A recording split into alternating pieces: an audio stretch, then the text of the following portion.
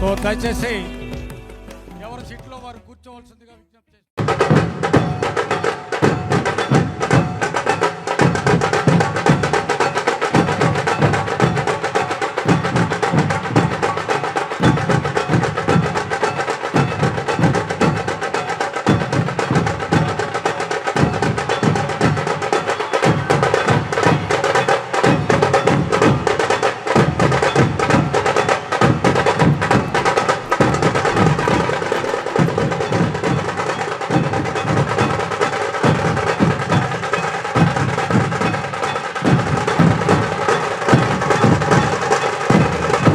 గౌరవనీయులు మన పార్టీ అధ్యక్షులు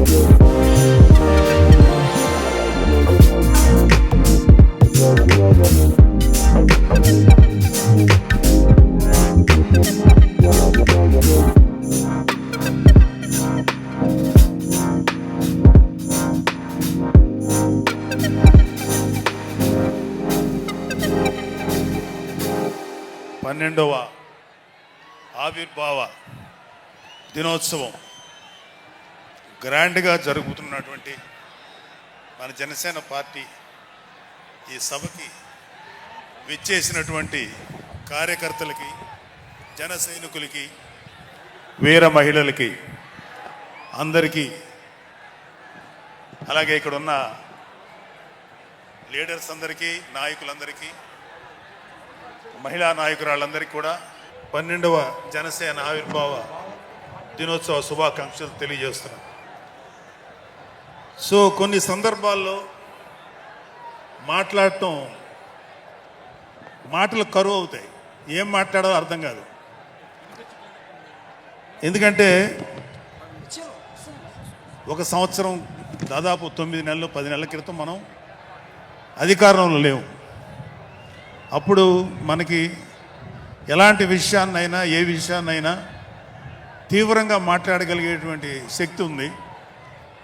కానీ ఇప్పుడు అధికారం వచ్చిన తర్వాత మనం ఒళ్ళు దగ్గర పెట్టుకొని చాలా కేర్ఫుల్గా ఉండాలి.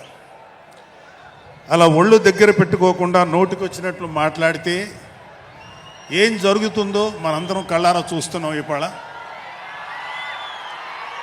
అహంకారం తలకెక్కి నోటికొచ్చినట్లు మాట్లాడి చిన్న పెద్ద తేడా లేకుండా బిహేవ్ చేసినటువంటి, మాట్లాడినటువంటి కొంతమంది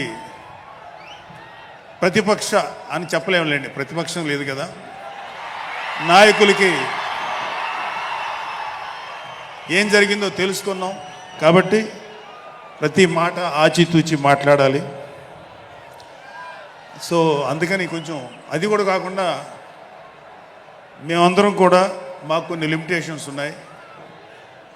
మన ప్రెసిడెంట్ గారు ఏమాత్రం ఒక మాట తేడాగా మాట్లాడినా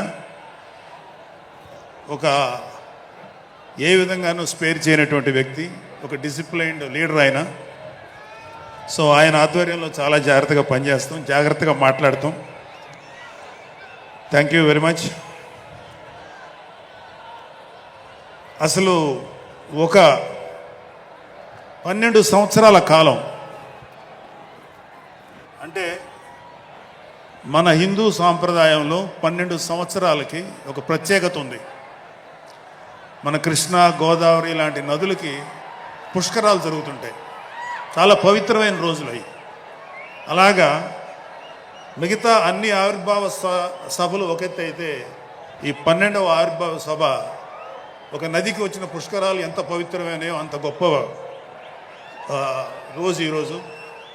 సో ఈ అవకాశం మనకి ఇచ్చినటువంటి పవన్ కళ్యాణ్ గారికి మనం అందరం సదా కృతజ్ఞులై ఉండాలి. ఇప్పుడు పవన్ కళ్యాణ్ గారు ఆయన సాధించినటువంటి సక్సెస్, ఆయన సాధించినటువంటి విజయం మనం ప్రత్యేకంగా చెప్పుకోకర్లా. 100కి 100% స్ట్రైక్ రేట్ తోటి ఆయన అద్భుతమైన విజయాన్ని సాధించడంతో పాటు అటు రాష్ట్రంలోనూ దేశంలోనూ ప్రభుత్వాలు నిలబెట్టడానికి ఒక వెన్నెముగ్గా నిలిచారు. సో ఆయన గురించి ప్రత్యేకంగా ఏమీ మాట్లాడక్కర్లేదు, ఎందుకంటే చాలామంది చాలాసార్లు మాట్లాడుతున్నారు. మనం తెల్లారులేస్తే టీవీల్లో అన్ని చోట్ల చూస్తున్నాం. ఆయన తీసుకున్నటువంటి Panchayati Raj, water works, forest department ఎంత ఎఫిషియెంట్గా పనిచేస్తున్నారో, అలాగే మన మినిస్టర్లు తీసుకున్నటువంటి ముఖ్యమైన శాఖలన్నీ కూడా ఎంత ఎఫిషియెంట్గా పనిచేస్తారో మనందరం చూస్తున్నాం. సో స్పెసిఫిక్గా కళ్యాణ్ బాబు గారు ఎంత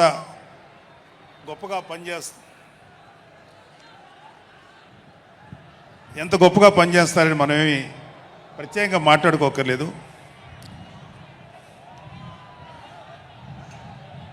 సో అయితే ఎన్ని మాట్లాడినా ఒక విషయం అయితే మనం మాట్లాడుకోవాలి. ఒక సినిమా స్క్రిప్ట్ కానీ ఒక ఉపన్యాసం కానీ దానికి కొన్ని లక్షణాలు ఉంటాయి. అంటే ప్రతి స్పీచ్లోనూ ఒక హీరో, అంటే ఒక సినిమాకి చెప్పిన ఒక హీరో, ఒక విలను, ఒక హీరోయిన్, ఒక హాస్యగాడు, ఇలా ఉంటారు. సో మనం వైసీపీ హాస్యగాళ్ళ గురించి చెప్పుకోకుండా ఈ స్పీచ్ని ఎండ్ చేయలేం.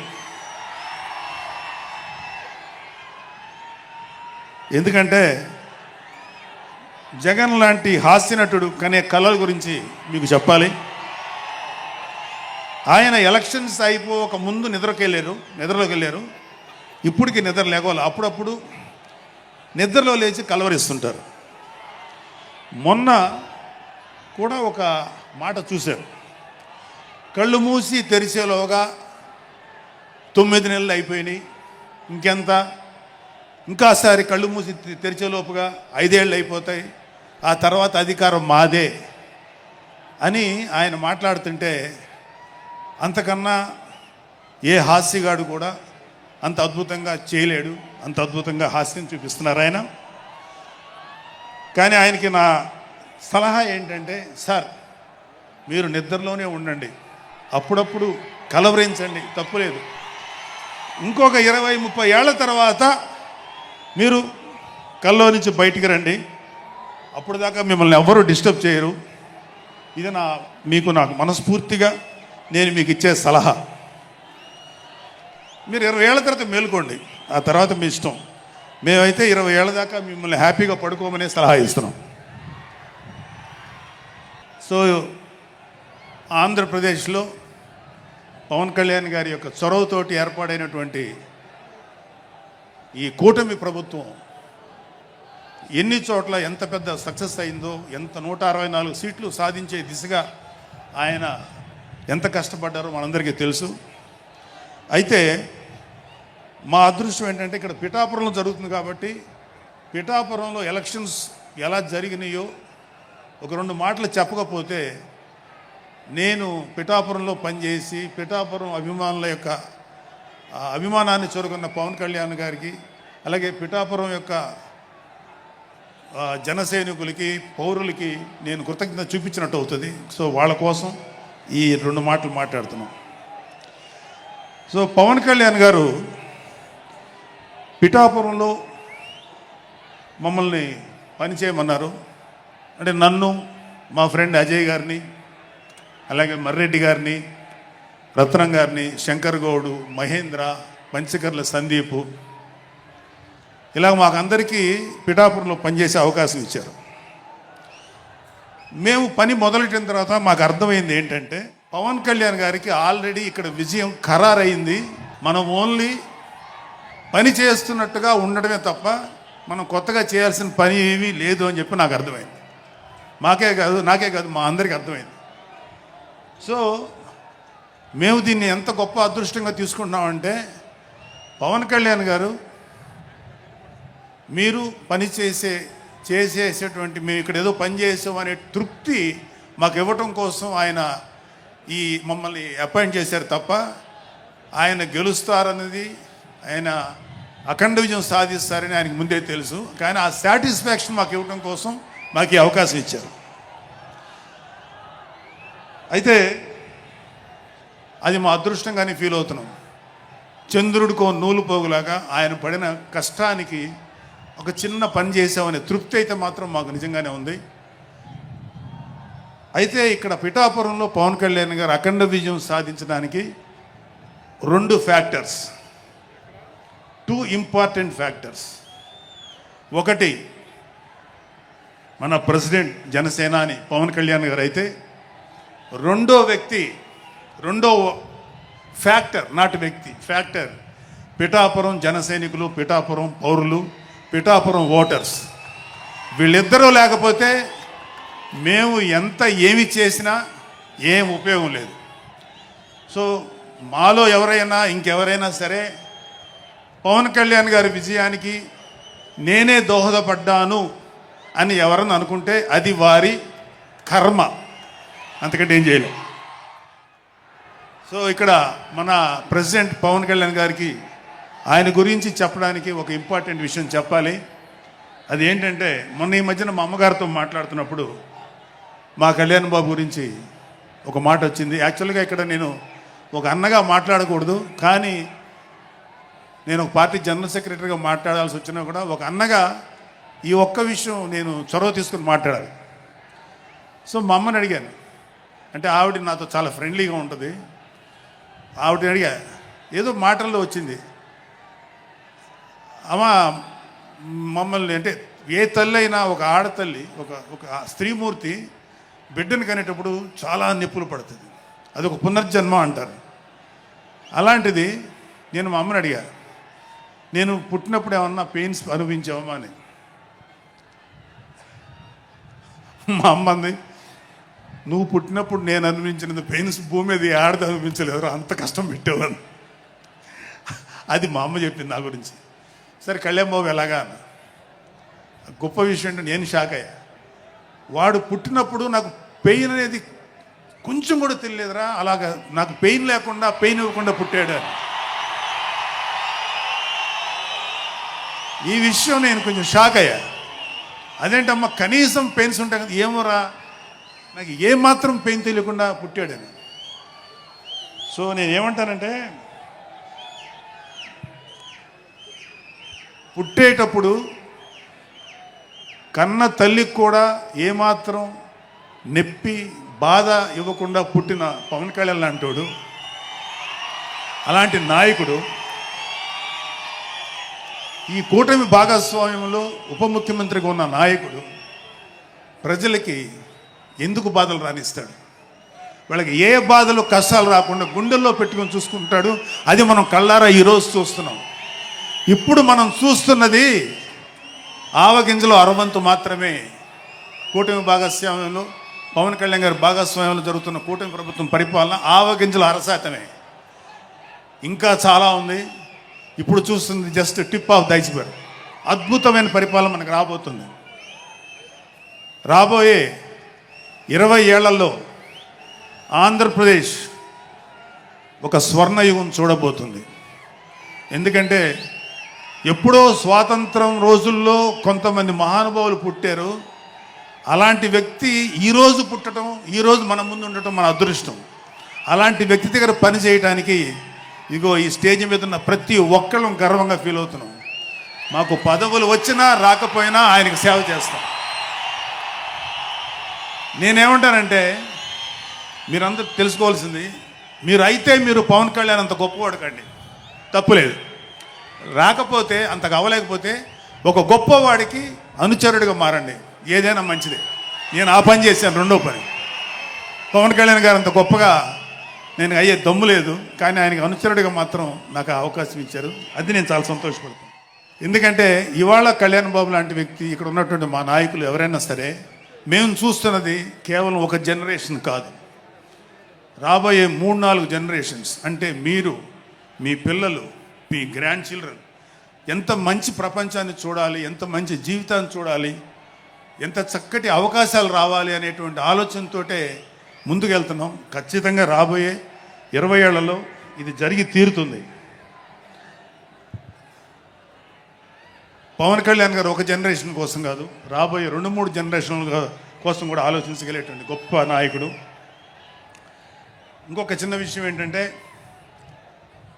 నాకు ఎమ్మెల్సీగా అవకాశం ఇచ్చినటువంటి మన ప్రెసిడెంట్ పవన్ కళ్యాణ్ గారికి నా హృదయపూర్వక కృతజ్ఞతలు.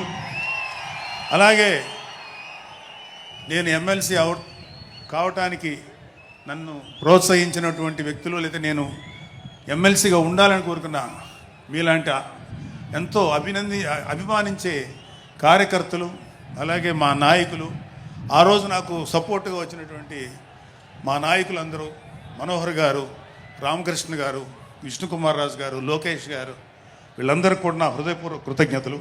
అంటే దేవుడు అనేవాడు మనం అడిగితే వరాలు ఇస్తాడు, ఖచ్చితంగా వరాలు ఇస్తాడు. కానీ అడగకుండానే వరాలు ఇచ్చేవాడు పవన్ కళ్యాణ్. అతను ఏమని పిలవాలో మీరే డిసైడ్ చేసుకోండి. చివరిగా ముఖ్యమైన విషయం ఏంటంటే, జనసేనకి ప్రాణవాయువు లాంటి వాళ్ళు కార్యకర్తలు, వీర మహిళలు, జన సైనికులు, అభిమానులు. నేను ఒక జన సైనికుడిని అని చెప్పుకోవటంలో ఉండే ప్రైడ్ నాకు ఇంకా ఏ విషయంలో రాదు. చాలా గర్వపడుతుంటాను. సో అలాంటి జన సైనికులకి, మీ అందరికీ మేమందరం అండగా ఉంటాం. ఏదైనా చిన్న చిన్న ఇబ్బందులు తలెత్తినా అవన్నీ సరిచేస్తాం.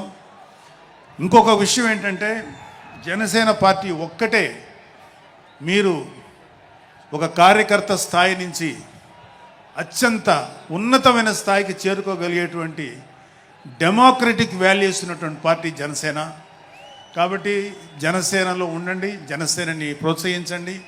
మీకే కాదు, మీ బిడ్డలకు కాదు, మీ మనవాళ్ళకి కాదు, రాబోయే తరాలందరికీ జనసేన అండగా ఉంటుంది. మీ అందరికీ మేము ఫుల్ సపోర్ట్ చేస్తాం. మిమ్మల్ని అందరినీ గుండెల్లో పెట్టుకొని చూసుకుంటాం. ఎందుకంటే మా వెనకాల ఉన్నది ఒక శక్తి, దట్ ఈజ్ పవన్ కళ్యాణ్. జై పవన్ కళ్యాణ్, జై జనసేన, జై హింద్. జనసేన పార్టీ అధ్యక్షులు, ఈ రాష్ట్ర డిప్యూటీ సీఎం గారు అయినటువంటి మా నాయకులు పవన్ కళ్యాణ్ గారికి, అలాగే పిఏసీ అధ్యక్షులు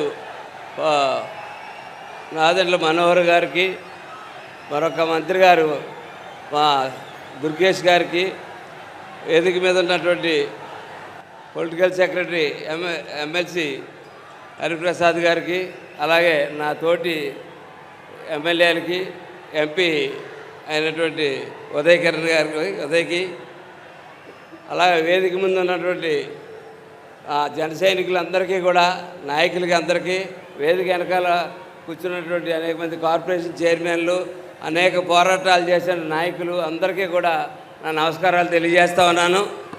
ఈరోజు మన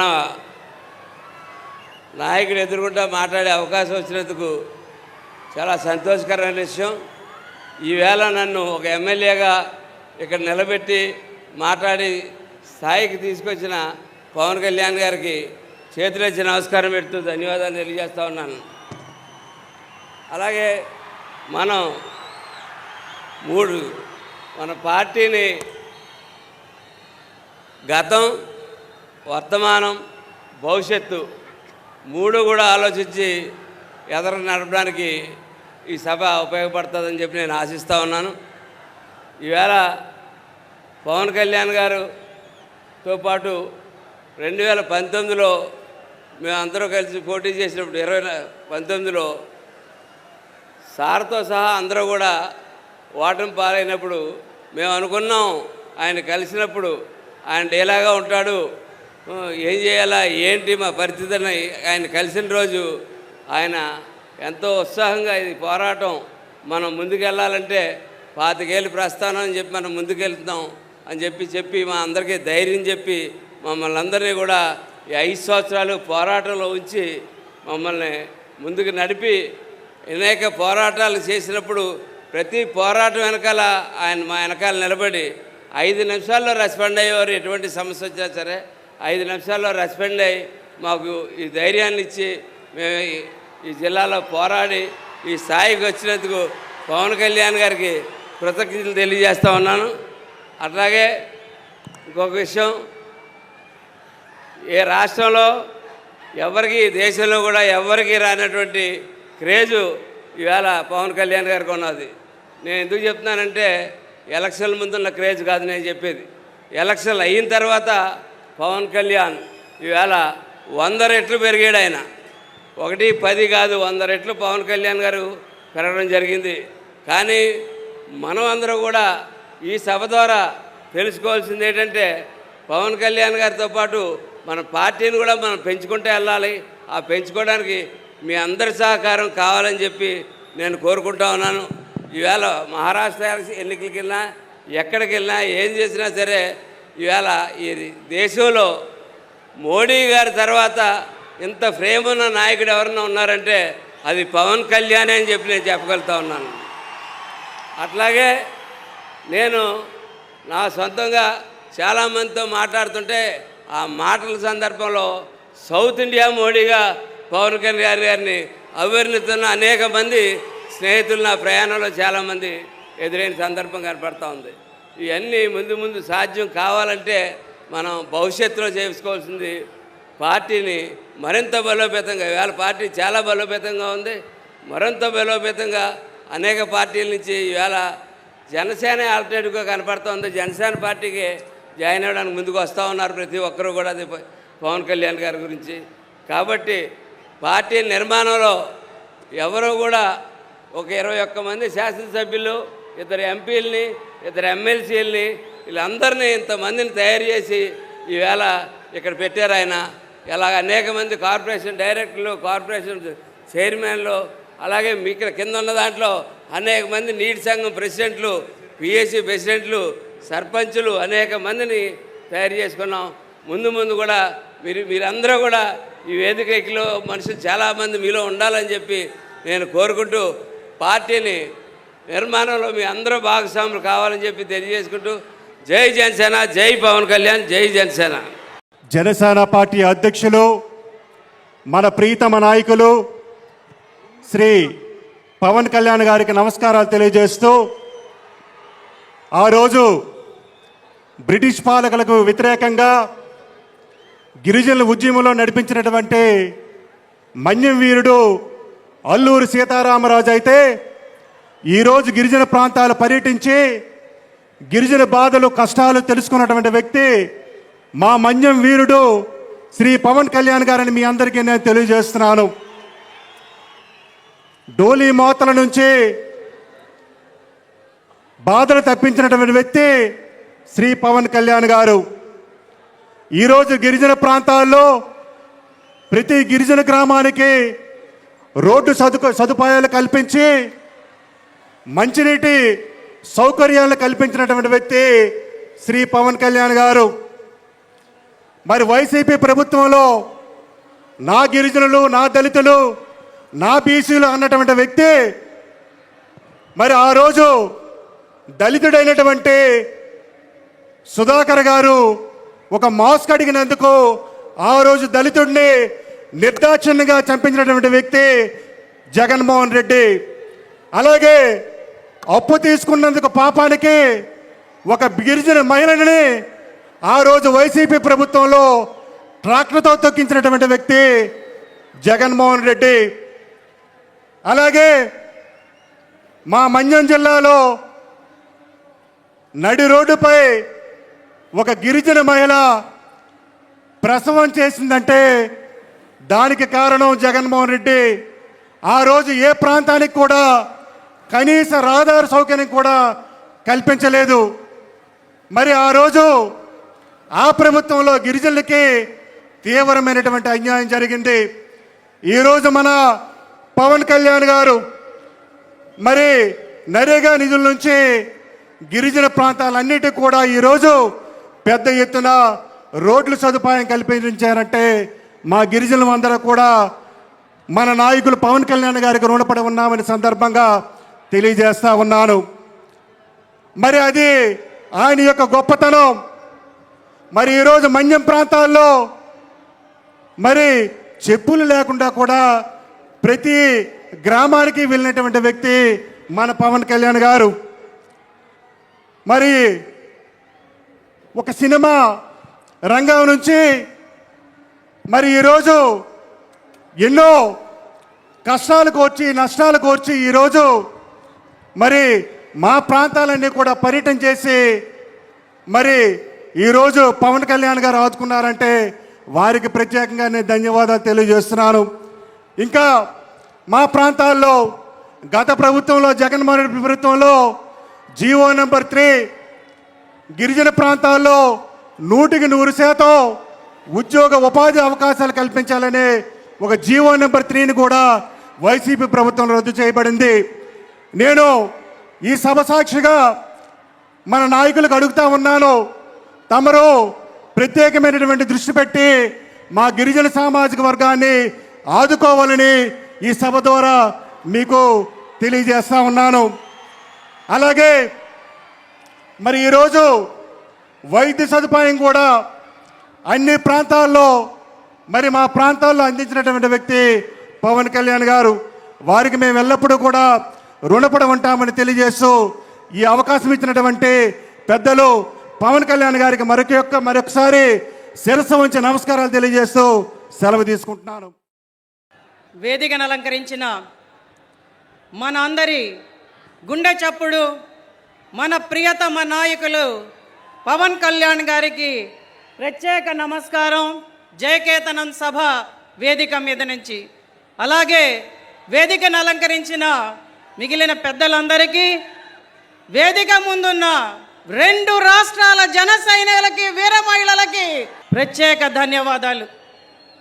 ముందుగా ఒక వీర మహిళగా నాకు అరుదైన అవకాశాన్ని గౌరవాన్ని ఇచ్చి స్టేట్లోనే నెంబర్ 1 స్థానంలో నా పేరుని డిక్లేర్ చేసి జనసేన వీర మహిళలంటేనే ఎంతో గౌరవాన్ని ఇస్తుందని ప్రూవ్ చేసి అఖండ మెజారిటీతో గెలిచేటట్టు వెన్నంటే ఉంటూ ఎన్నికల సమయంలో ఎంతో చేయూతనిచ్చిన మహానాయకుడు ఆయనకి మరొకసారి మీ అందరి తరఫున ధన్యవాదాలు తెలుపుకుంటున్నాను. ఇంకా నెల్లిమర్ల నియోజకవర్గంలో జనసేన గెలవదు, ఆవిడ రాదు అని అందరూ అంటుంటే ప్రపంచ నలుమూలల నుంచి జన సైనికులందరూ స్పందించి గెలవాలి, గెలిచి తీరాలి అని నా వెంటే నడుస్తూ అందరూ వచ్చి తమ ఓటు హక్కుని వినియోగించుకున్నందుకు మీ అందరికీ సభావేదిక మీదుగా ఇంకొకసారి ధన్యవాదాలు. ఇందాకలే సభా ప్రాంగణంలో శేఖరన్ అబ్బాయి కనిపించాడు. మాది నెల్లిమర్ల కాదమ్మా, కానీ మా వీధిలో 20 మంది ఉంటే వాళ్ళందరినీ బస్సు పెట్టి పంపించి మరీ మీకు ఓటు చేయించానని చెప్పాడు. అది జనసేన, అది మన పవర్. ఎన్నో అవమానాలు భరించాం, ఎన్నో అవహేళనని భరించాం, అరెస్టులు, వ్యక్తిగత విమర్శలు, వీటన్నిటినీ పట్టించుకోలేదు. ప్రభుత్వ సంక్షేమ ఫలాలు మనకు అందనివ్వకుండా చేశారు. అయినా కూడా ఏ ఒక్క జన సైనికుడు కూడా అధైర్యపడలేదు. జనసేన అని పిలిపే శిరోధార్యం అని పోరాటాలు చేశాం. భవన నిర్మాణ కార్మికులకు అండగా నిల్చున్నాం. రైతు గర్జన చేసి రైతులకి సంఘీభావం తెలియజేశాం. గుడ్ మార్నింగ్ సీఎం సార్ అని గుంతల రోడ్లని సోషల్ మీడియా వేదికగా ప్రపంచానికి తెలియజెప్పాం. ఎన్నో కార్యక్రమాలు చేశాం, ఎన్నో పోరాటాలు చేశాం. ప్రజల కోసం నిలబడ్డాం. ప్రజల కోసమే జనసేన పార్టీ అని ప్రజలందరికీ తెలియజేశాం. ఈరోజు ఈ విజయం, ఈ సభ, ఈ వేదిక, ఈ జనసంద్రం ఇదంతా కూడా మన కష్టం, మన జనసేనానిచ్చిన పిలుపు. ఒక్కసారి అందరం గుర్తు తెచ్చుకుందామా? Hello AP, hello AP. నాకు చాలా ఇష్టం. ఇందాలు చూపించారు, వైసీపీని రానివ్వను, అధపాతాళానికి తొక్కుతాను. ఆయన మళ్ళీ ఈరోజు ఆ డైలాగ్ మనందరికీ వేదికగా చెప్పాలని జనసేనాని కోరుకుంటున్నాను. ఇప్పుడు మన కర్తవ్యం, బాధ్యత పెరిగాయి. నవశక నిర్మాణానికి మనం కష్టపడి పనిచేయాలి. మనం పోరాటం ఆపడానికి వీల్లేదు. స్వర్ణాంధ్రప్రదేశ్ నిర్మాణానికి చేతులు కలిపి ముందుకు వెళ్ళాలి. ప్రతి ఒక్కరిని పార్టీలోకి ఆహ్వానించాలి. అందరం కలిసి అన్నదమ్ములుగా ముందుకెళ్ళాలి.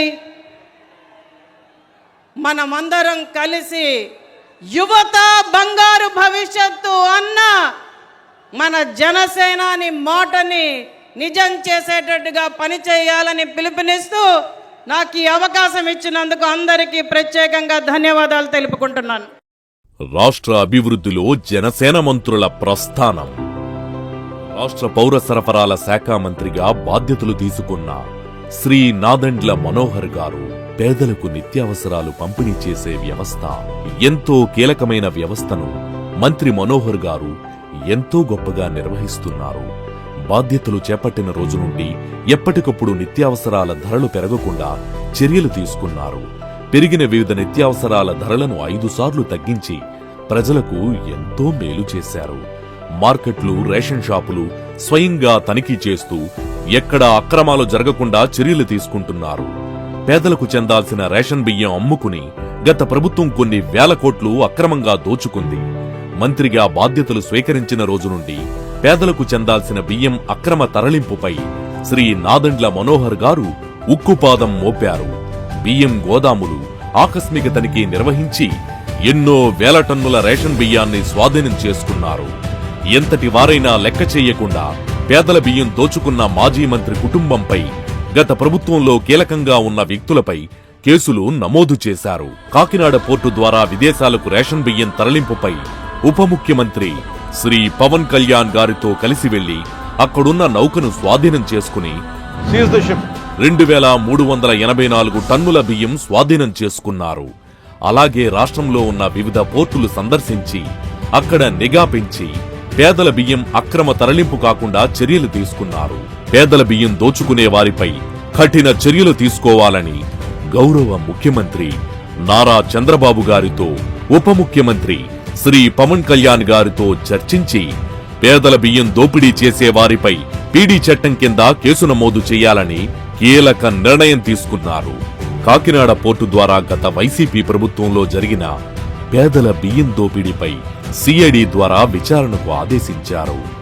ఓవైపు పేదలకు సరసమైన ధరలకు నిత్యావసరాల ధరలు అందిస్తూ పేదలకు చెందాల్సిన రేషన్ బియ్యం అక్రమ తరలింపు కాకుండా చర్యలు తీసుకున్నారు. అలాగే విజయవాడ వరదల సమయంలో అక్కడి స్థానికులకు ఎంతో అండగా నిలిచారు. ఆ సమయంలో నిత్యావసర వస్తువులను ప్రజల ఇంటి వద్దకు చేర్చి వారి కొరకు ఎంతో శ్రమించారు. గత వైసీపీ ప్రభుత్వం రైతుల వద్ద కొన్న ధాన్యానికి 1600 కోట్లు బకాయి పెట్టింది.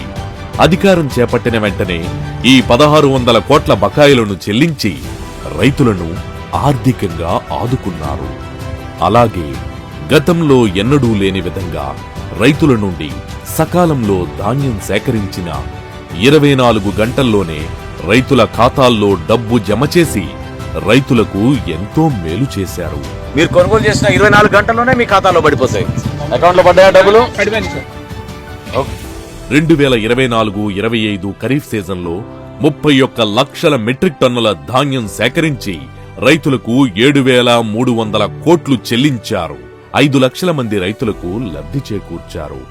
ఈ రైతులు మొత్తానికి రేపు 3:00 డబ్బులు పడకపోతే మీరు మళ్ళీ ఫోన్ చేయండి.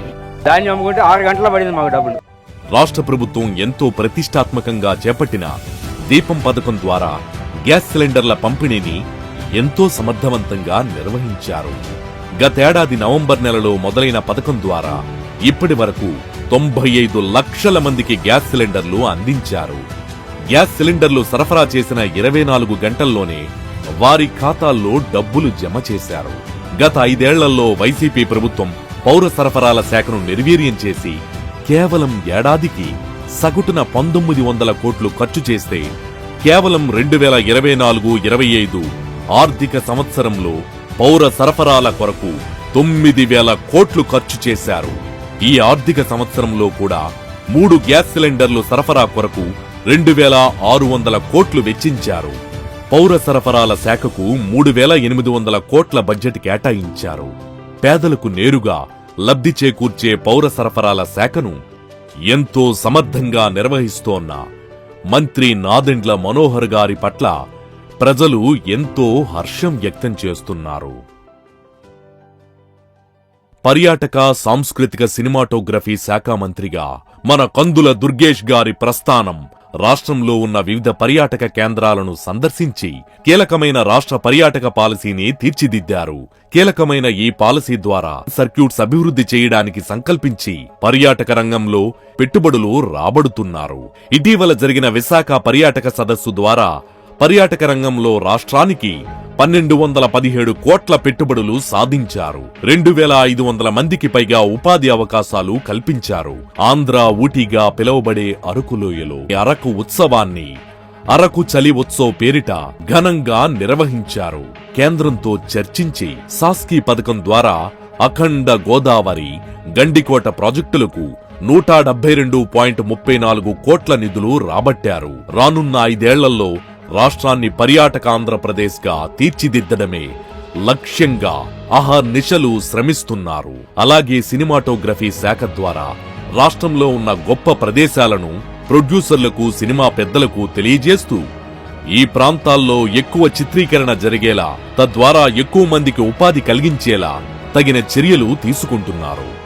గత 5 ఏళ్లలో సినిమా ఇండస్ట్రీని గత ప్రభుత్వం ఏ విధంగా ఇబ్బంది పెట్టిందో చూశాం. సినిమా టికెట్ల నుండి మొదలుకుని అన్ని విధాలుగా వారిని ఇబ్బంది పెట్టారు. మంత్రిగా కందుల దుర్గేష్ గారు టికెట్ల విషయంలో నిర్మాతలకు అనుగుణంగా వారికి పూర్తి సహకారం అందిస్తూ రాష్ట్రం వైపు సినిమా ఇండస్ట్రీ చూసేలా చర్యలు తీసుకుంటున్నారు. ఇలా తనకు అప్పగించిన బాధ్యతలను ఎంతో గొప్పగా నిర్వహిస్తోన్న మన కందుల దుర్గేష్ గారి ప్రస్థానం రాష్ట్ర అభివృద్ధిలో ఎంతో కీలకం.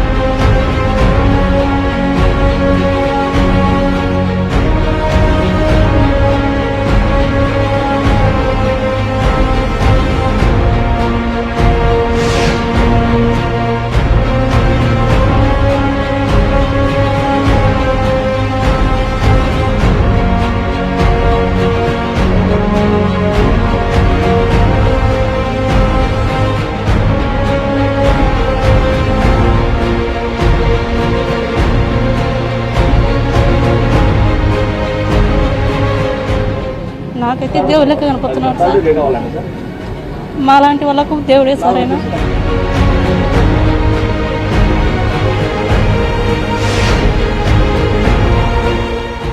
పుట్టినరోజుకు నాకు మెసేజ్ ఏదో వచ్చింది. 33,000 పెన్షన్లకు 3 కోట్ల రూపాయల పైన పార్టీ ఫండ్ పంపించారు.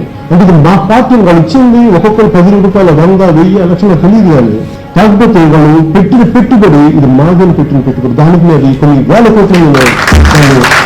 ఒంగోలు నుంచి ఒక మేస్త్రి వచ్చి ఆ రోజు ₹1,00,000 ఆర్థిక సాయం నాకు అందిస్తే పార్టీ కోసం అంటే ఏం చేస్తారని నేను అడిగాను మిమ్మల్ని. అంటే ఇట్లా చిన్న మేస్త్రి పని చేసుకుంటూ ఉంటాను, నా దగ్గర 10 మంది పని చేస్తారని చెప్పారు. పార్టీ నా బిడ్డలతో సమానం సార్, అందుకోసం నేను ఈ డబ్బు ఇస్తున్నానని చెప్పాడు.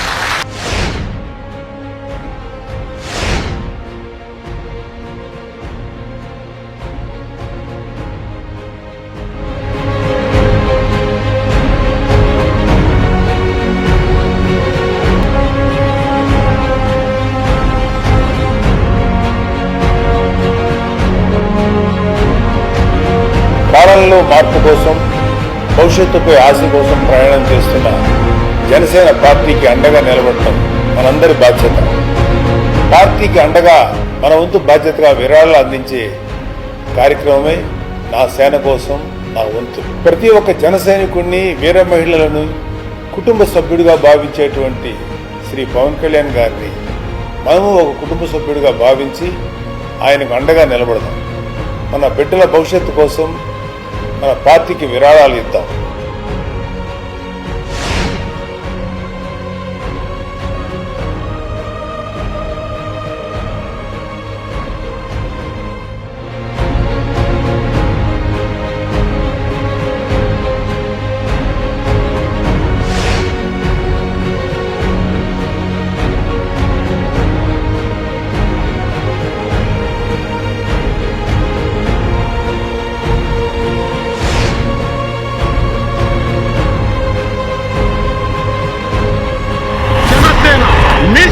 సామాన్యుల సేన, మన భారతదేశపు సేన.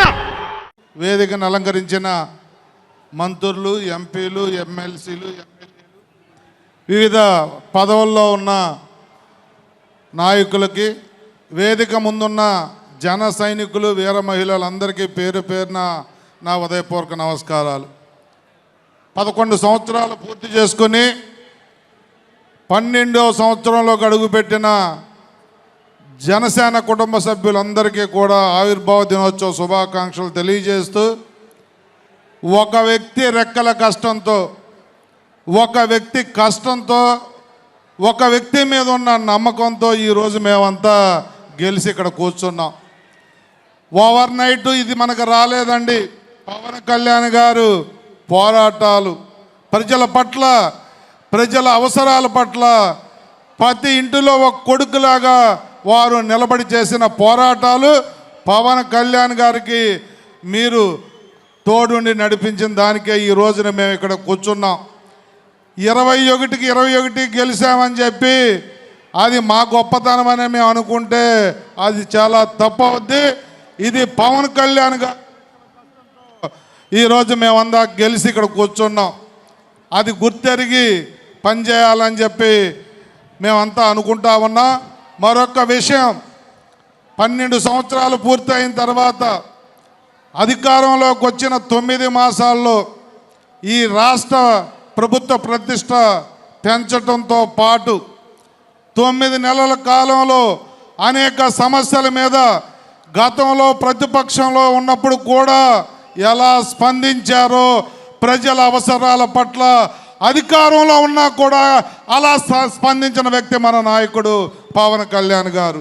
ఎప్పుడు ప్రజల పక్షాన ఉంటూ మా అందరికీ అనేక మీటింగుల్లో, ఇంటర్నల్ మీటింగులో కానీ మన బహిరంగ సభ కానీ వారు చెప్పింది ఒకటే, రాజకీయాలు పదవుల కోసం కాదు, ప్రజల అవసరాలు తీర్చడం కోసం, ప్రజలకు సేవ చేయడం కోసం అని వారు చెప్పేది తూచా తప్పకుండా మనందరం పాటించాలని చెప్పి మనస్ఫూర్తిగా కోరుకుంటూ, అన్నా మీ దగ్గరికి రావటం లేట్ అయింది కానీ జీవితకాలం భగవంతుడి సాక్షిగా మీతోనే ఉంటా, మీరు ఏ బాధ్యతలు అప్పచెప్పినా నెరవేరుస్తామని చెప్పి మీకు మాటిస్తూ, తప్పకుండా భవిష్యత్తులో ఈ 12వ సంవత్సరం తర్వాత, 12వ సంవత్సరంలోకి అడుగుపెట్టిన తర్వాత ఇంకా మెరుగైన నాయకత్వాన్ని మీరు మాకు అందించి, మాకు ఏ బాధ్యతలు అప్పచెప్పినా రాష్ట్ర వ్యాప్తంగా పార్టీ బలోపేతానికి మీరిచ్చిన ఈ ఎమ్మెల్యే హోదాలో మీరిచ్చిన ఏ బాధ్యత అయినా తూచా తప్పకుండా మేము చేస్తామని మాటిస్తూ సెలవు తీసుకుంటున్నాం అన్నయ్య.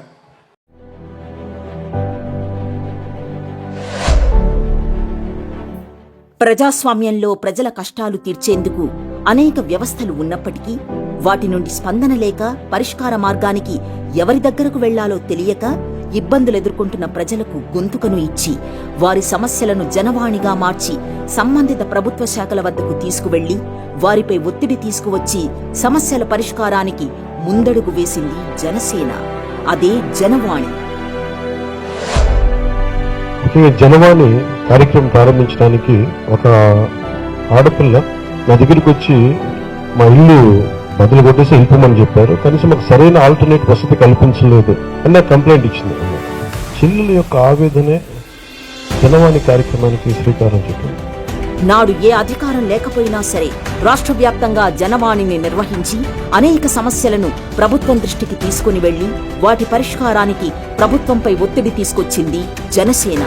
అధికారంలోకి వచ్చిన తరువాత కూడా ప్రజల సమస్యలు చెప్పుకునేందుకు ఒక వేదికగా పార్టీ కార్యాలయం నుండే ప్రతిరోజు జనవాణి నిర్వహిస్తూ గత 9 నెలల కాలంలో వేల సంఖ్యలో ప్రజల నుండి అర్జీలు స్వీకరించి వాటికి పరిష్కార దిశగా అడుగులు వేసింది జనసేన. ఒక్కసారి అధికారంలోకి వచ్చిన నాటి నుండి జనవాణి ద్వారా అందుకున్న అర్జీల వివరాలు పరిశీలిస్తే అందుకున్న మొత్తం అర్జీలు 10,379. పూర్తి స్థాయిలో పరిష్కారమైనవి 2,734. పరిష్కార ముగింపు దశలో ఉన్నవి 4,889. పరిష్కారం మొదలుపెట్టినవి 2,587. జనవాణి ద్వారా పరిష్కారమైన పలు కీలక సమస్యలు. 9 నెలలుగా తన బిడ్డ ఆచూకీ దొరకలేదని ఒక తల్లి పవన్ కళ్యాణ్ గారి దృష్టికి సమస్యను తీసుకువస్తే జనవాణి ద్వారా పోలీసు యంత్రాంగం దృష్టికి స్వయంగా తీసుకెళ్లడంతో కేవలం 9 రోజుల్లోనే ఆ మైనర్ బాలికను కనిపెట్టడం జరిగింది.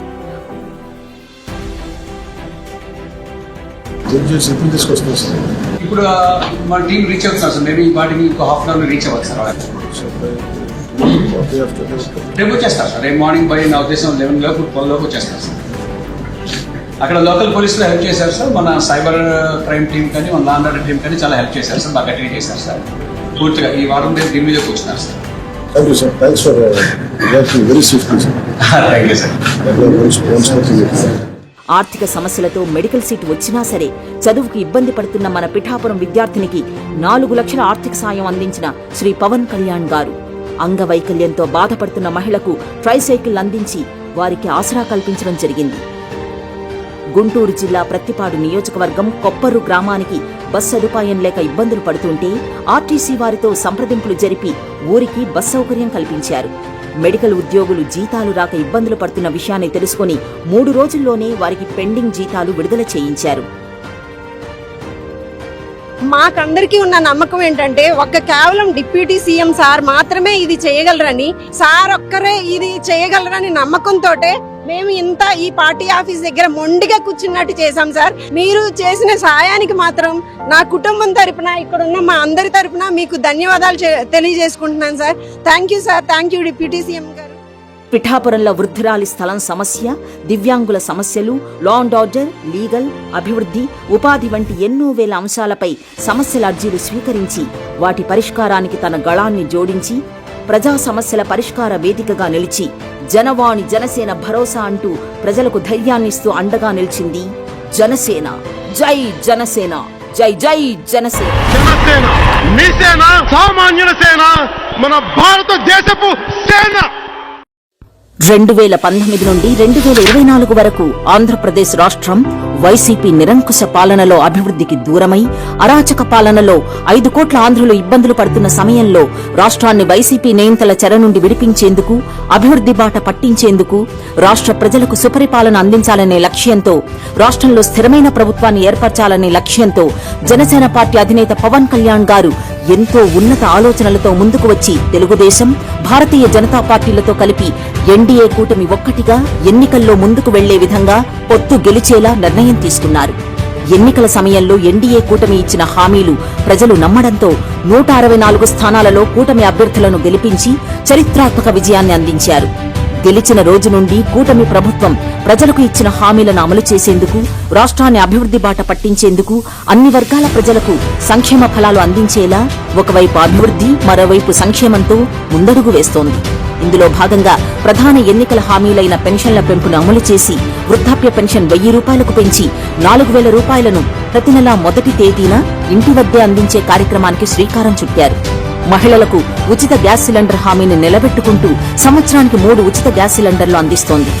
పేదల గృహ నిర్మాణానికి గత ప్రభుత్వంలో లాగా ఇసుక భారం కాకూడదనే ఉద్దేశంతో ఉచిత ఇసుక పథకాన్ని ప్రవేశపెట్టింది. వైసీపీ పాలనలో రాష్ట్ర వ్యాప్తంగా ప్రతి గ్రామంలో గుంతలమయమైన రోడ్లతో వేల సంఖ్యలో రోడ్డు ప్రమాదాలు జరుగుతున్న విషయాన్ని అప్పట్లో పదే పదే ప్రస్తావించిన పవన్ కళ్యాణ్ గారు కూటమి ప్రభుత్వంలో పంచాయతీరాజ్ గ్రామీణాభివృద్ధి శాఖ మంత్రిగా రాష్ట్ర వ్యాప్తంగా 9 నెలల కాలంలోనే 4,800 కిలోమీటర్ల సీసీ రోడ్లు, 500 కిలోమీటర్ల పైగా బీటీ రోడ్లు వేసి చిత్తశుద్ధిని నిరూపించుకున్నారు. రాష్ట్రంలో యువతకు ఉపాధి అవకాశాలు మెరుగుపరిచేందుకు స్కిల్ సెన్సెస్ నిర్వహించాలని ఎన్నికల సమయంలో పవన్ కళ్యాణ్ గారు ఇచ్చిన ప్రతిపాదనను మానవ వనరుల శాఖ మంత్రిగా నారా లోకేష్ స్కిల్ సెన్సెస్ నిర్వహించేందుకు నిర్ణయం తీసుకున్నారు. రైతుల నుండి సకాలంలో ధాన్యం సేకరణ, రికార్డు స్థాయిలో సేకరించిన 48 గంటల్లో నగదు చెల్లింపు చేసింది. ఇలా ప్రజా సంక్షేమ కార్యక్రమాలతో పాటుగా రాష్ట్ర అభివృద్ధిపై ప్రత్యేక దృష్టి సారించి రాష్ట్ర అభివృద్ధిని పరుగులు పెట్టిస్తోంది. కూటమి ప్రభుత్వం అధికారంలోకి వచ్చాక కేంద్ర ప్రభుత్వంతో సంప్రదింపులు జరిపి గత 5 ఏళ్లుగా నిలిచిపోయిన రాజధాని నిర్మాణం కోసం ఆంధ్రుల జీవనాడి పోలవరం నిర్మాణాన్ని గత ప్రభుత్వం అస్తవ్యస్తం చేస్తే కేంద్రంతో చర్చలు జరిపి పోలవరం నిర్మాణాన్ని త్వరితగతిన పూర్తి చేసేందుకు నిధులు సాధించింది. విశాఖ ఉక్కు ఆంధ్రుల హక్కు నినాదాన్ని గౌరవిస్తూ విశాఖ కార్మికులకు ఇచ్చిన హామీని నిలబెట్టుకుంటూ విశాఖ స్టీల్ ప్లాంట్ ని ప్రైవేటీకరణ జరగకుండా దానిని లాభాల బాట పట్టించేందుకు కేంద్రం నుండి భారీ ఎత్తున నిధులు సాధించడం జరిగింది. పెట్టుబడులకు కేంద్రంగా చేయాలనే లక్ష్యంతో జాతీయ అంతర్జాతీయ సంస్థలతో సంప్రదింపులు జరుపుతూ భారీ ఎత్తున పెట్టుబడులను ఆకర్షించింది. నూతన పారిశ్రామిక విధానంతో కేంద్ర ప్రభుత్వం గౌరవ ప్రధాని నరేంద్ర మోదీ గారు విశాఖ వేదికగా దాదాపు 3 లక్షల కోట్ల విలువైన పెట్టుబడులను రాష్ట్రంలో ఏర్పాటు చేసేలా శంకుస్థాపనలకు శ్రీకారం చుట్టారు. వీటితో పాటుగా రాష్ట్రంలో అనేక ప్రాంతాలలో జాతీయ రహదారులు, పోర్టుల అభివృద్ధి, మౌలిక సదుపాయాల కల్పన జరుపుతూ అభివృద్ధికి కేంద్రంగా రాష్ట్రాన్ని తీర్చిదిద్దుతూ ఇది మంచి ప్రభుత్వం అంటూ ప్రజల నుండి మన్ననలు పొందుతోంది ఎన్డీఏ ప్రభుత్వం. ప్రభుత్వం మంచి ప్రభుత్వం.